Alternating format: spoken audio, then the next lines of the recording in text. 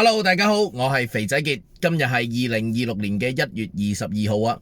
今日肥仔傑呢條片呢，想同大家討論一件關於全球安全局勢，甚至影響到會唔會發生第三次世界大戰嘅事件啦。美國現任總統特朗普呢，近日就公開表示，話如果自己遭到暗殺嘅話呢，伊朗就將會從世界上地圖上面被消失啦。呢一個呢，唔係戰爭，亦都唔係報復聲明，亦都唔係軍事衝突期間嘅一個情緒反應，而係一個現任總統喺公開場合用一種極端冷靜、極端直接嘅方式講出一句對伊朗嚟講係滅國級嘅威脅。當你第一次聽呢句說話嘅時候呢，可能你仲會覺得哇好誇張喎，甚至覺得呢有啲似電影對白嘅情節啦。但係問題就嚟啦，呢一句說話就唔係出自於電影，而係出自於白宮，而且佢唔係對住某啲恐怖組織啊，唔係對住好似拉登呢啲咁嘅十惡不赦嘅人去講啦，而係直指矛頭就係一個主權國家伊朗。呢一件事呢，真正值得我哋警惕嘅地方呢，就唔係特朗普夠唔夠狠，或者佢夠唔夠癲，而係一個現任世界最強大國家嘅領袖，已經可以公開將一個人嘅生死同一個國家嘅存亡係直接畫咗一個等號落去，而且佢係毫不掩飾嗰一種，係直接要警告你，用到最誇張嘅言辭，甚至用核武去威脅佢嗰種。所以今日呢一條片呢，肥仔傑呢就唔會純粹係同大家重複新聞內容嘅，係想同大家一齊搞清楚3件事件。第一，特朗普呢一句說話究竟佢係講緊啲乜嘢呢？佢想真正傳達出去嘅信息，佢背後諗緊嘅嘢究竟係啲乜嘢呢？第二就係點解美國同伊朗之間嘅對立會行到去一個地步，係要公開去同人哋講，我要滅咗你個國家，我要摧毀你個國家，令到你喺地圖上面消失嘅呢一個地步呢？第三，當呢一種語言開始成為國際政治嘅一部分，對世界秩序、對普通人嘅安全，究竟意味住啲乜嘢呢？如果你睇到最後，你呢就會明白到呢一句說話其實唔係淨係針對伊朗㗎，亦都唔係特朗普淨係講個人風格嘅問題，而係反映緊我哋個世界喺度一步一步咁行緊去一個更加危險、更加不可預測嘅階段啦。如果你覺得呢一類深入嘅分析，講人話嘅國際時事分析呢係有價值嘅話呢，懇請大家要做幾樣嘢，就係先點讚、分享呢條片出去，等更多人收睇肥仔傑嘅頻道。未訂閱嘅朋友，希望你撳右下角訂閱開埋嘅鈴鈴，咁你就唔會錯過肥仔傑任何一條新影片啦。影片馬上開始。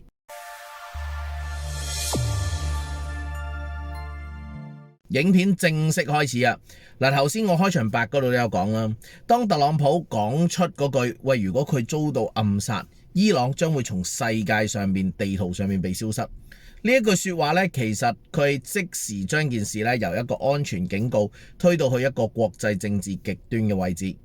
因為喺國際關係入邊，領袖被暗殺本身已經係極度之少數、極高度敏感嘅一個情景嚟噶啦。而特朗普選擇嘅回應方式呢，就唔係針對個兇手，亦都唔係針對某個組織，而係將成個責任嘅後果同一個完整嘅主權國家綁埋一齊。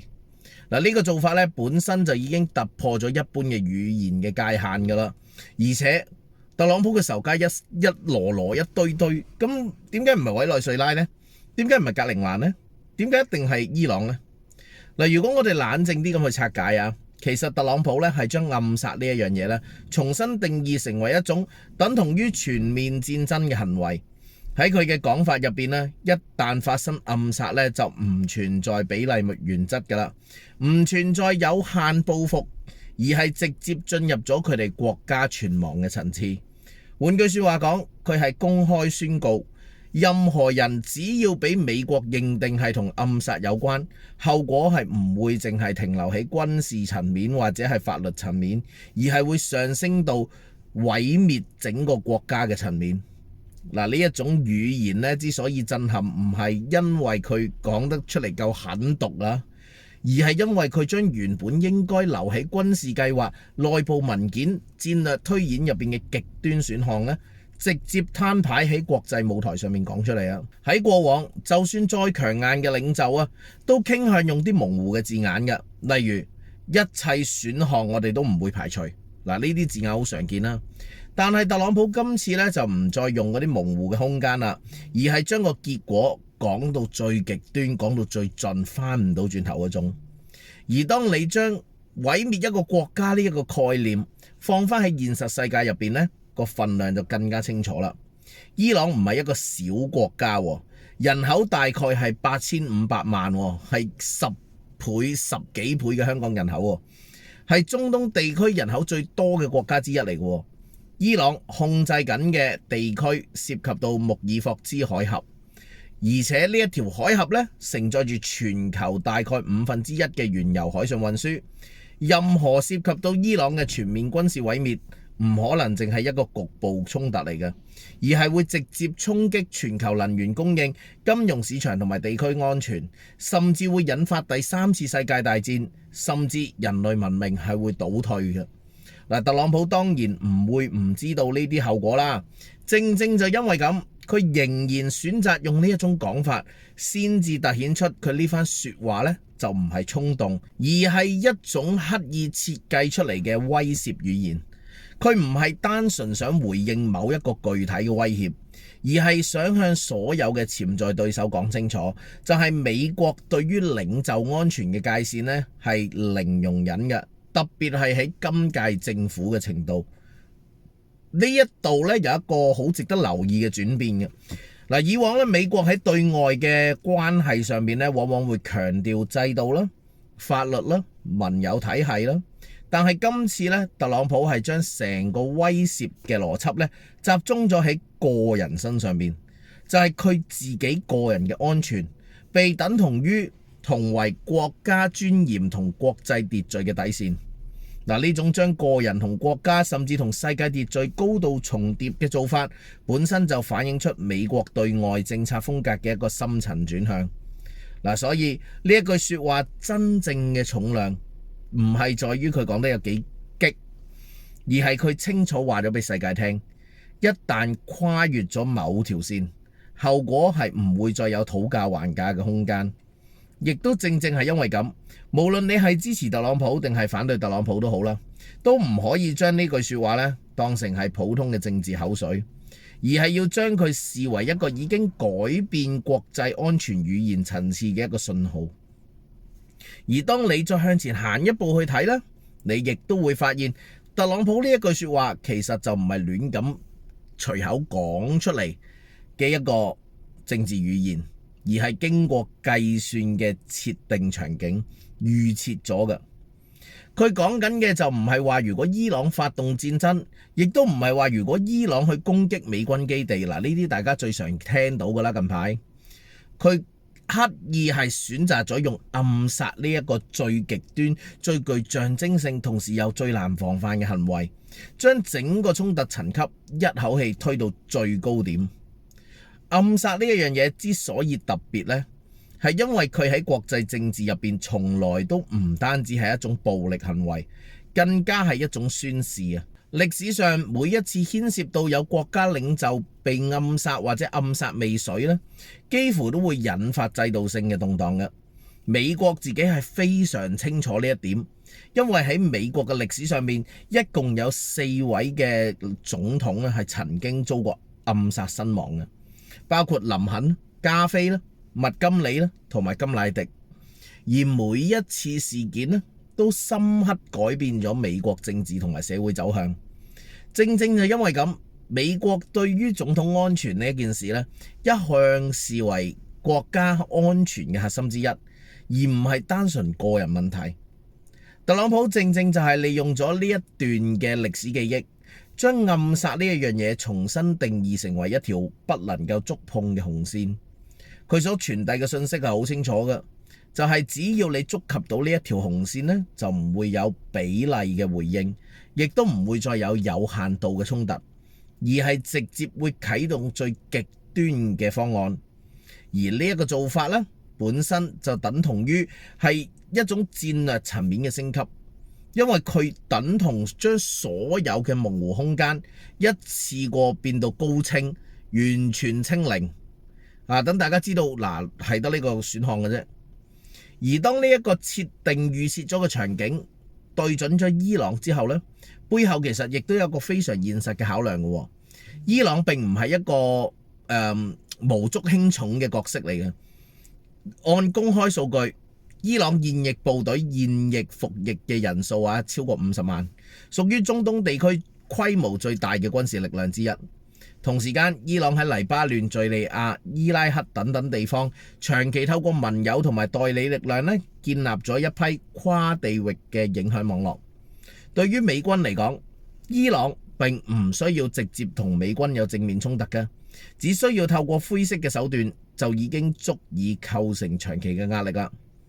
正正就係因為呢一種非對稱風險嘅存在，美國同埋特朗普先至會選擇用一種極端清晰，甚至近乎係殘酷嘅方式去堵塞所有灰色操作嘅可能性。佢唔係單純警告伊朗政府，而係同時間向所有可能會代佢哋去行事或者被視為背後支持力量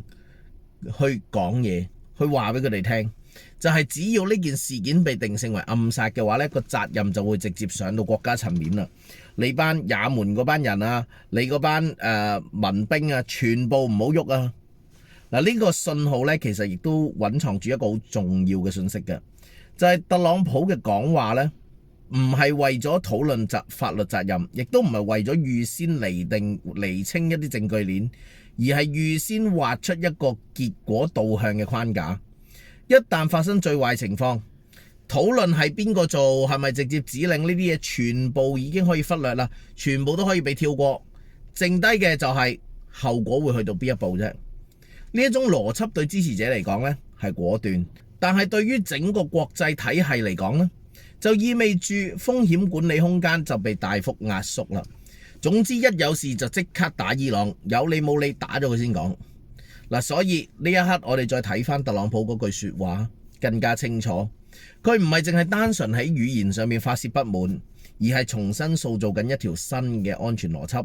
喺呢條邏輯之下，領袖安全係會被推到前所未有嘅高度，而觸及到呢一點嘅行為都會被視為對整個體系嘅挑戰。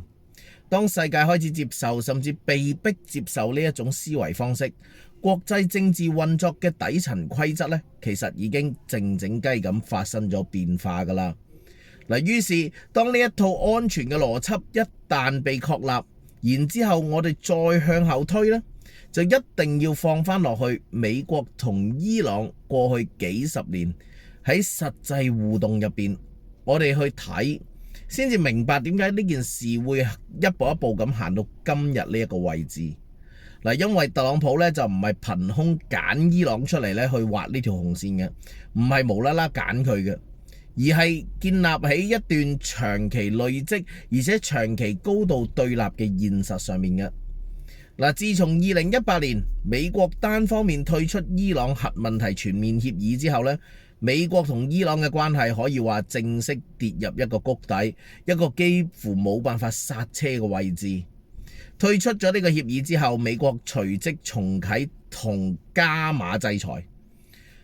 針對能源、金融、航運等等嘅核心命脈落手。呢啲制裁就唔係象徵式嘅，而係實際性嘅打擊。按照公開數據去睇，伊朗原油出口喺2017年高峰期每日超過250萬桶原油，但係去到2019年已經跌到每日係唔夠50萬桶。外匯收入幾乎被截斷。呢一種級數嘅經濟壓力對於任何一個國家嚟講係唔可能當冇事發生過嘅。喺呢個背景之下，伊朗選擇嘅回應方式就唔係同美國喺正面嘅時候去交戰，而係繼續深化間接對抗嘅路線，透過佢喺中東地區嘅盟友武裝組織情報系統維持一種低烈度但係長期存在嘅對抗狀態。對美國嚟講，呢一種模式最難處理嘅呢，因為佢永遠都係處於未過戰爭門檻，但係同時間又不斷打壓拖壓嘅灰色地帶。特朗普其實非常清楚呢一點嘅，佢面對緊嘅唔係一個會公開宣戰嘅對手，而係一個擅長用模糊空間消耗對手耐性嘅國家。正正就因為咁，佢先會選擇用一個極端單一而且係冇辦法去誤判嘅一個信號，去打破呢一種長期嘅拉鋸。與其同伊朗喺灰色地帶入邊糾纏啊，不如直接將條界線推到去另外最前面啦，逼到對方呢就喺我到底應唔應該觸碰呢條界線呢？同埋承唔承受得起呢一個不可逆轉嘅後果之間呢，要作出一個選擇。而暗殺正正就係最適合用嚟做呢條界線嘅行為啦，因為佢既唔需要軍事大規模嘅調動，又具備住高度象徵意義。同時間喺輿論層面咧，亦都極度之容易被定性為不可接受。特朗普將呢條紅線畫喺呢一度咧，其實就等同於向全世界宣告噶啦，就係美國已經唔再打算處理模糊衝突，而係要重新建立一個以結果為導向嘅秩序啊！嗱，再加上特朗普本人嘅政治風格啦，本身就係傾向將國家權力高度集中喺領袖角色上面嘅。喺佢嘅敘事過程入邊，美國嘅強大往往就同呢位特朗普強硬直接掛鈎啦。嗱，當呢一種個人化嘅權力觀同一個長期對立嘅國家疊加埋一齊，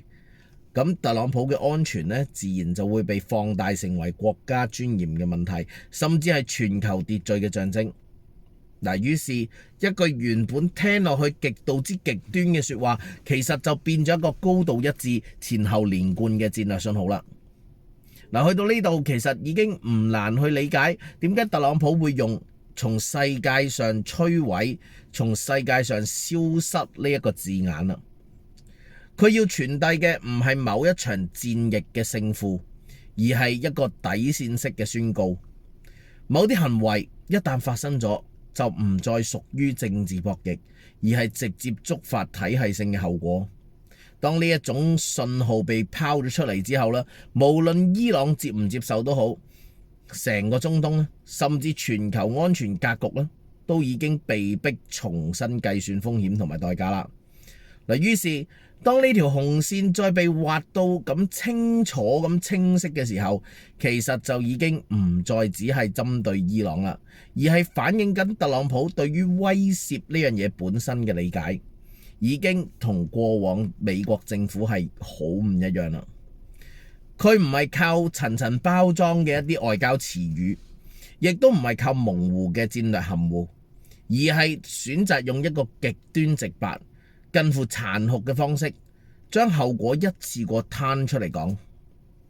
傳統呢，美國嚟講嚇，佢哋嗰啲威脅呢，通常都會保留空間嘅，講咩一切選項我哋仍然會保留㗎，我哋唔排除用晒呢啲嘢㗎。嗱，其實好多國家都係咁嘅，嗱，就係想俾對手自己去估錯咗，咁你咪錯咯，你咪賴嘢咯，你自己估啱咗又冇獎嘅。但係特朗普嘅做法呢，係將估呢一件事本身呢就消滅咗，佢係直接話俾你聽唔好估啦。總之你喐我，嗱，喐到呢條線啦，咁你冇討價還價空間噶啦，我話明俾你聽我會點做噶啦。呢一種威脅嘅方式就唔係靠不確定性，而係靠確定性本身去製造恐懼。反而呢一種做法呢，就唔係情緒化噶，反而係高度符合特朗普一貫嘅交易式嘅思維。喺佢眼入邊，世界運作得順唔順暢呢？唔係靠制度寫得靚唔靚，而係靠成本計得清唔清楚。只要對方清楚知道一個行為嘅代價高到佢哋離晒譜，高到接受唔到，高到係理性計算之下都自然要避開嘅。咁換句說話講，佢唔係假設對手會同你講道德、講規則，而係假設對手只會係同你講利益、講生存。所以亡國啊、摧毀呢個國家呢啲咁嘅字眼本身就唔係用嚟實際執行，而係用嚟將個成本推到極限。當一個選項嘅後果被描述成為國家消失，理論上就已經冇任何理性嘅決策者㗎啦，亦會願意將佢納入為一個可選嘅方案㗎。特朗普要嘅呢，正正就係呢個效果，唔需要喐手，但係要令對方伊朗嗰邊諗都唔好諗喐我特朗普，喐親我你就死得。不過呢一種威懾方式呢，同時間亦都改變咗國際政治入邊一個好重要嘅平衡嘅。因為一旦後果講到佢咁盡嘅時候，反而呢危機管理嘅空間就會變得細咗啦。以往就算局勢升溫，都可以透過降級降溫、第三方周旋去慢慢拆呢個彈嘅。但係當條紅線被劃到成為你一過咗呢條界呢，我就即刻射導彈過嚟摧毀你。任何嘅誤判、誤會，甚至非直接行為，甚至有染仔呢，都可能會被放大成為不可逆轉嘅危機嘅。呢度呢，就出現咗一個耐人尋味嘅矛盾啦，就係威懾本身係為咗避免衝突，但係當威懾嘅語言去到咁極端，反而可能會令到衝突難以被控制。特別係面對伊朗呢一啲高度去中心化嘅對手，唔同組織、唔同層級之間未必完全受同一套指揮嘅。喺呢個情況之下，只要某一個行動係被美國錯誤解讀，咁可能會直接套入去最壞嘅情景嘅框架之中嘅。再加上現實層面嘅軍事能力啦，其實亦都令到呢句說話咧顯得唔係特別空泛嘅。美國擁有全球最大嘅軍費開支，2024年國防預算超過8500億美元，遠遠高過伊朗嘅軍費水平。同時間，美國喺中東地區長期部署航空母艦戰鬥群、空軍基地同埋導彈防禦系統，具備對伊朗關鍵設施造成毀滅性打擊嘅能力。正正就因為呢一種能力實力嘅差距存在，特朗普嘅威脅先至會被認真對待，而唔係淨係當佢係一個政治表演。所以去到呢一步呢，其實已經睇得好清楚噶啦。特朗普講嘅已經唔再係單一事件嘅回應，而係一套完整、冷酷啦，以結果為核心嘅威懾哲學。佢假設世界咧係唔會因為善意而穩定嘅，只係會因為恐懼而克制嘅啫。呢套哲學咧被擺上國際舞台咧，世界自然就要對一個現實咧係去面對嘅，就係安全問題。呢一個開始唔再靠共識去維持，而係靠大家自己條底線撳住。隨住呢一種威懾嘅語言俾人掟到出去國際舞台啦，真正嘅衝擊咧其實唔單止淨係落喺伊朗身上面嘅，而係同時間震驚咗整個國際社會。因為一個現任美國總統公開將消滅其他人嘅國家當成咗一個假設嘅回應，本身就已經超越咗雙邊衝突嘅層次，而且係直接挑戰現有嘅國際秩序嘅一個運作方式。對伊朗嚟講，呢句說話幾乎唔可能係被理解成為單純嘅威嚇，而係會被視為一種制度性嘅敵意。伊朗官方一路就強調啦，美國對佢哋嘅態度唔係針對某項政策，而係針對政權嘅本身。當特朗普將暗殺呢樣嘢同佢個國家要滅亡真正掛鈎起上嚟呢，其實正好強化咗伊朗內部長期存在嘅一種判斷，就係無論伊朗佢退讓幾多都好啦，美國最終嘅目標咧都唔係共存，而係徹底壓制。呢種判斷一旦被鞏固咗落去咧，就會令到伊朗喺更加難喺戰略問題上面而全身而退，因為退讓唔會被視為換取安全，只會被視為走向消失。而放眼伊朗以外啦，中東地區嘅其他國家咧，亦唔可能對於呢一種說法係視若無睹噶。對於沙特阿拉伯啊、阿拉伯聯合酋長國呢一啲同時依賴美國安全承諾，又同伊朗存在結構性矛盾嘅國家嚟講啦，特朗普嘅語言一方面顯示緊美國仍然係願意以極端手段去保護自身利益，嗱，但係另一方面咧，亦都提醒咗佢哋一個現實嘅，就係一旦局勢失控啦，第一批承受衝擊嘅唔會係遠喺北美洲嘅美國本土，而係整個中東地區。呢一種矛盾感啦，令到盟友對於美國嘅安全承諾，佢呢個可靠性同埋可控性咧，產生更加複雜嘅評估。嗱，再向外擴散啦，歐洲同亞洲嘅主要國家啦，同樣需要面對一個難題嘅。過去咁多年，國際社會一直嘗試透過協議、機制同埋多邊框架去管理核擴散同埋地區衝突嘅。但係當最具影響力嘅國家選擇咗用一旦發生就會全面摧毀嗱呢一種咁嘅語言去界定條紅線嘅時候呢，其實就等同於將談判空間壓縮去到極限㗎啦。對於依賴穩定能源供應同埋可預測安全環境嘅經濟體嚟講呢，呢一種不確定性嘅本身就已經係一種風險嚟㗎啦。而呢一個風險呢，其實係可以用非常具體嘅方式去感受到嘅。全球大約30%嘅海運原油都需要經過霍爾木茲海峽，而任何涉及到伊朗嘅重大軍事危機呢，都必然係會即時推高能源市場嘅緊張情緒。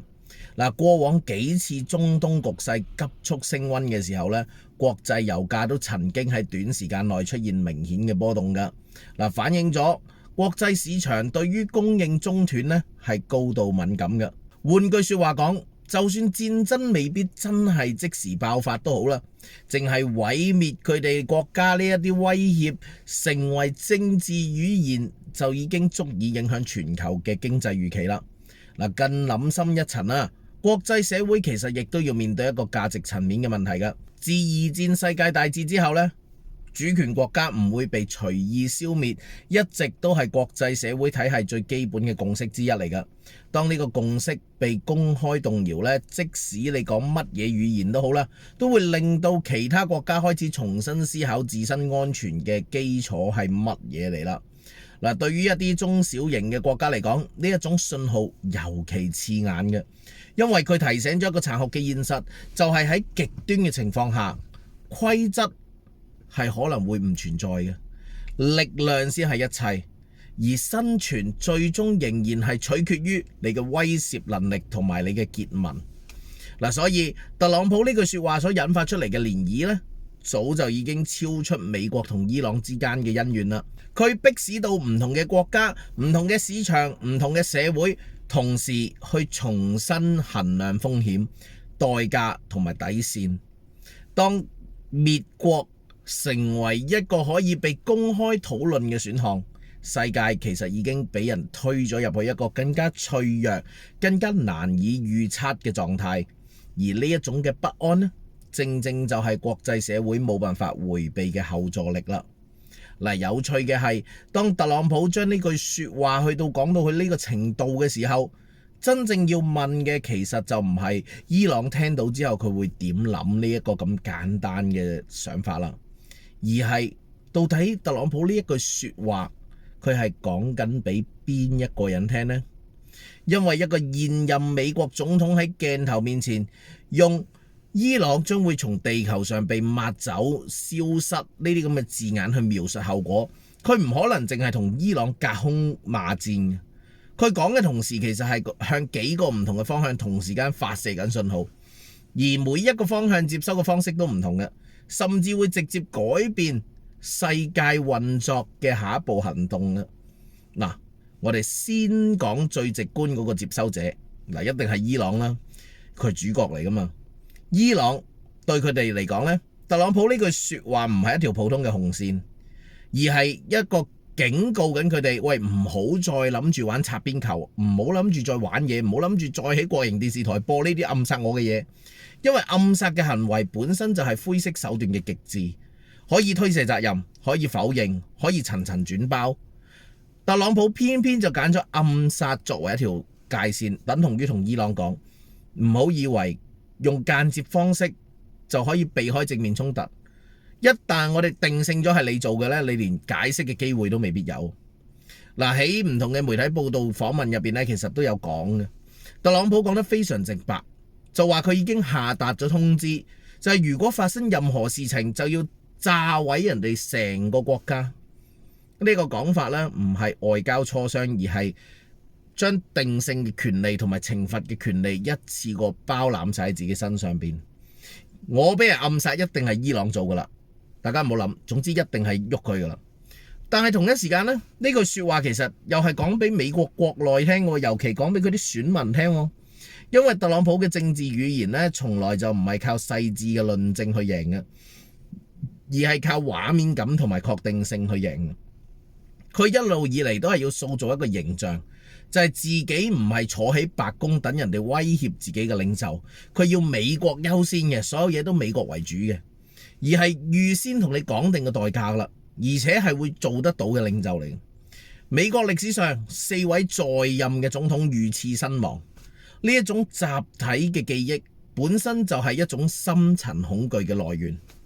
所以特朗普一講話暗殺呢一樣嘢呢，美國人個腦海入邊咧就唔會淨係聯想到特朗普最近俾人攞支槍射到耳仔呢一個咁嘅襲擊，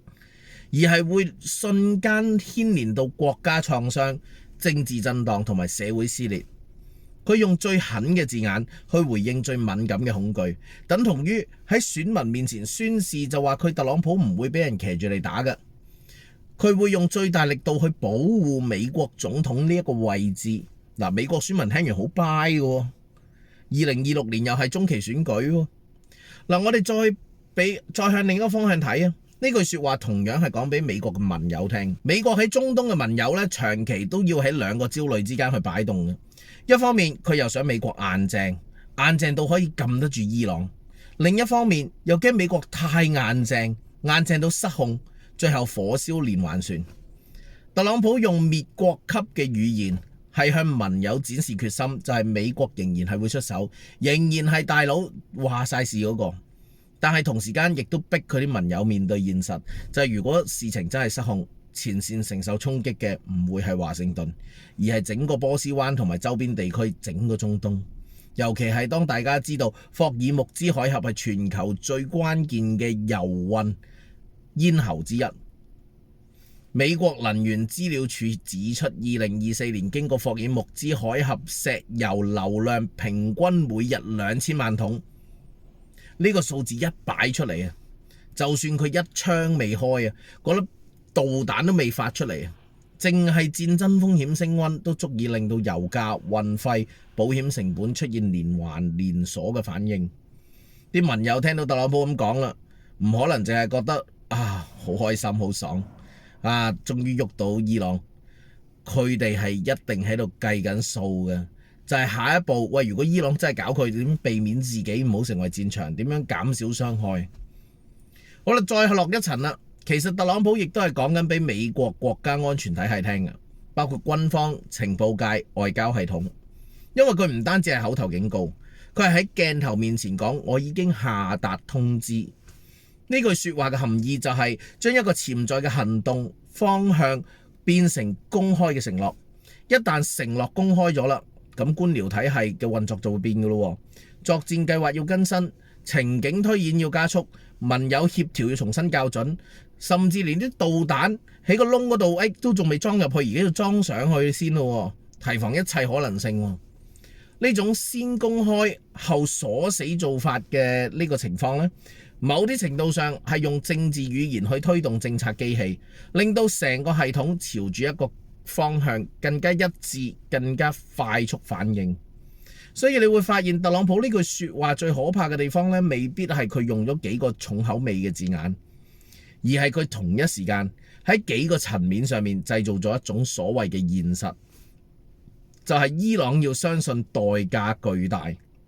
美國要相信佢仍然係好硬淨，盟友要相信美國仍然係會出手撳住伊朗，但係同一時間要開始為最壞嘅情況做準備，而美國自己嘅安全體系呢，亦都被逼進入一個更高張力嘅狀態。當呢句説話可以同時間推動咁多接收者嘅心理同埋計算嘅時候，佢就唔再淨係一個口水戰啦，而係一個喺度改變緊國際局勢走向嘅槓桿。嗱，我哋慢慢行到呢步啦，其實亦都可以感覺到一樣嘢，就係特朗普嗰句說話已經唔再只係一個政治人物嘅表態，而係變咗我哋現今一個時代嘅縮影。因為當一個現任美國總統可以喺公開場合喺度講，佢話如果我俾人暗殺，伊朗會被炸到喺地球上面消失，呢個語言去設定後果，本身亦都反映咗世界已經去到一個高度緊張，而且係缺乏緩衝嘅狀態，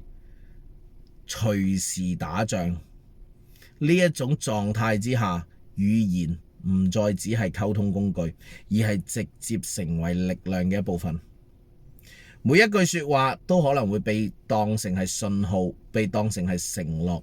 甚至會被當成係行動嘅前奏。當紅線行到盡頭啦，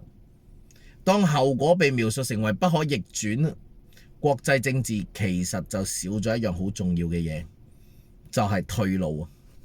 冇退路，代表住誤判嘅代價會被無限放大，而喺一個充滿代理人同埋灰色戰爭行動同埋複雜利益網絡嘅世界入邊，誤判呢樣嘢從來都唔罕見嘅。更加值得留意嘅係呢一種以極端威懾維持秩序嘅方式，短期內冇錯，你可能嚇得到伊朗，人哋唔喐你，但係長期嚟講就令到個世界變得好脆弱啦。大家唔信大家啦，一觸即發啦。因為當規則被力量撳住咗，當空間對話都被壓縮到去接近冇嘅時候，剩低嘅就不斷升級猜疑同埋防備咯。每一方都要假設對方會隨時出手噶咯，於是大家就被逼提前做到最壞嘅準備，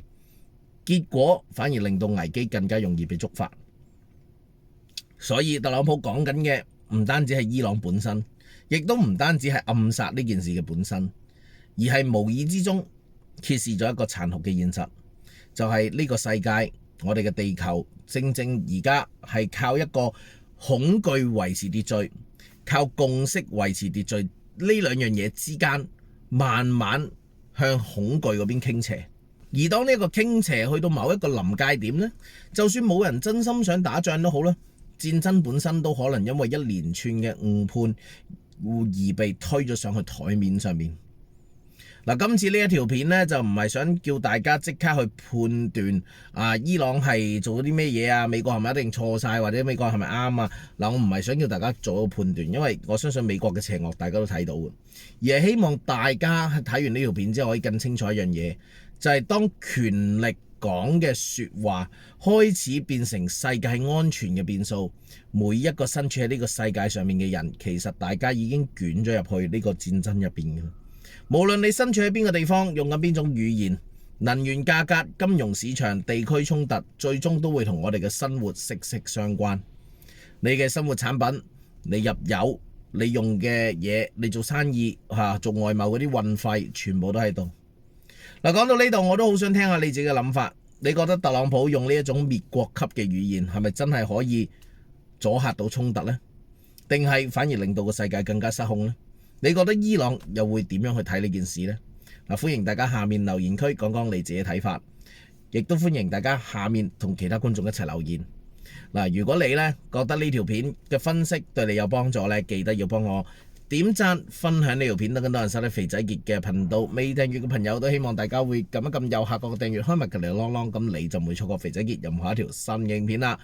訂閱肥仔傑嘅頻道，同你一齊拆解呢一個越嚟越複雜嘅世界。我係肥仔傑，下次再同大家見面，各位，拜拜。